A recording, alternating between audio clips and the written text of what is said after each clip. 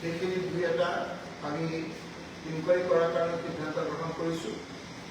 স্বাস্থ্য বিভাগে কওক, শিক্ষা বিভাগে কওক, ৱাটাৰ ইছ্যুজ খুব ইম্পৰ্টেণ্ট। সেই বিভাগসমূহত আমাৰ যিখিনি ইয়াত কৰিবলগীয়া গোৱালপাৰা জিলাৰ ৰাজ্য চৰকাৰৰ কামবিলাক আছে, কেন্দ্ৰীয় চৰকাৰৰ কিছু আছে, সেইখিনি কি পদ্ধতি কিমান কি পৰিৱেশত আছে সেইখিনিও আমি আলোচনা কৰিছোঁ। অসম চৰকাৰে দায়িত্ব দিয়া কণ্ট্ৰেক্টৰসকলৰ কাৰণে যদি ৰাইজে ক'ৰবাত ভুগিবলগীয়া হৈছে ৰাস্তা ঘাটৰ সমস্যাৰ কথা, এইখিনিও আমি আলোচনা কৰিছোঁ। স্বাস্থ্যৰ বিষয়ে যদি আমাৰ ক'ৰবাত অসুবিধা আছে, আমি চৰকাৰক যদি কিবা অনুৰোধ কৰিবলগীয়া আছে, সৌহাৰ্দ্যপূৰ্ণ পৰিৱেশত সেইখিনিও আলোচনা কৰিছোঁ। আমি ভাবিছোঁ যে দিশা কমিটিৰ আজিৰ এই আলোচনা অতি ফলপ্ৰসূ হৈছে আৰু আমাৰ মেম্বাৰ ছেক্ৰেটাৰীৰ জৰিয়তে আমি যিবিলাক সিদ্ধান্ত লৈছোঁ সেইবিলাক আমি ইমপ্লিমেণ্ট কৰাৰ ক্ষেত্ৰত আমাৰ সুবিধা হ'ব আৰু আমাৰ ৰাজ্য চৰকাৰকো আমি যিখিনি অনুৰোধ কৰিম, আমি ভাবোঁ যে সেইখিনি কাম আমাৰ যেতিয়া দৰাচলতে ইয়াত হ'ব, সেইখিনি সমস্যা আমাৰ সমাধান হ'লে ইয়াৰ সামগ্ৰিকভাৱে শিক্ষাৰ ক্ষেত্ৰতে হওক, স্বাস্থ্য ক্ষেত্ৰতে হওক, অন্যান্য ক্ষেত্ৰতে হওক যথেষ্ট লাভ হ'ব। মুঠতে আজি দিশা কমিটিত আমি দীঘলীয়াকৈ সকলো আমাৰ মেম্বাৰসকল বহি আমি আজি ইয়াত এটা সৌহাৰ্দ্যপূৰ্ণ পৰিৱেশত উন্নয়নমূলক কামৰ ছাকচেছফুল ফলপ্ৰসূ আমি এটা বিচাৰ জৰিয়তে আলোচনাত আমি মিলিত হৈছোঁ। আপোনালোকৰ জৰিয়তে এই কথাখিনিকে গোৱালপাৰাবাসী ৰাইজ আৰু অসমৰ ৰাজ্যত জনাব বিচাৰিছোঁ।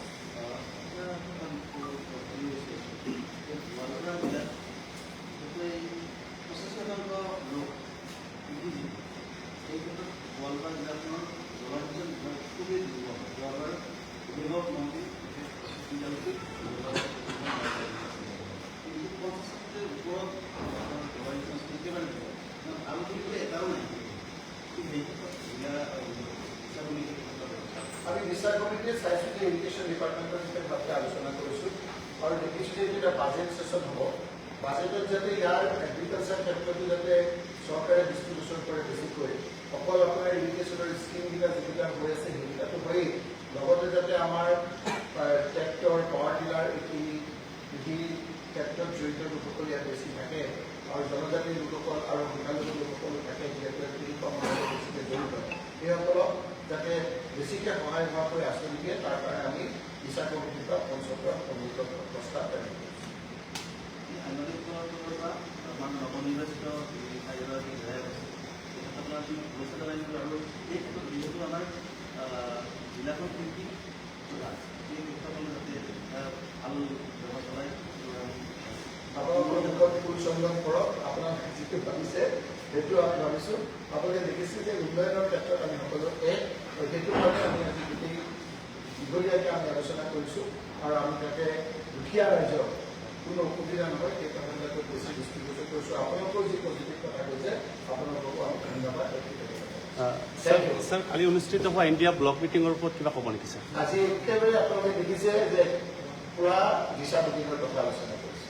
যদি কিবা হ'লে পিছত আমি Sir, one question from ANI. Sir, what you want to say on UCC bill?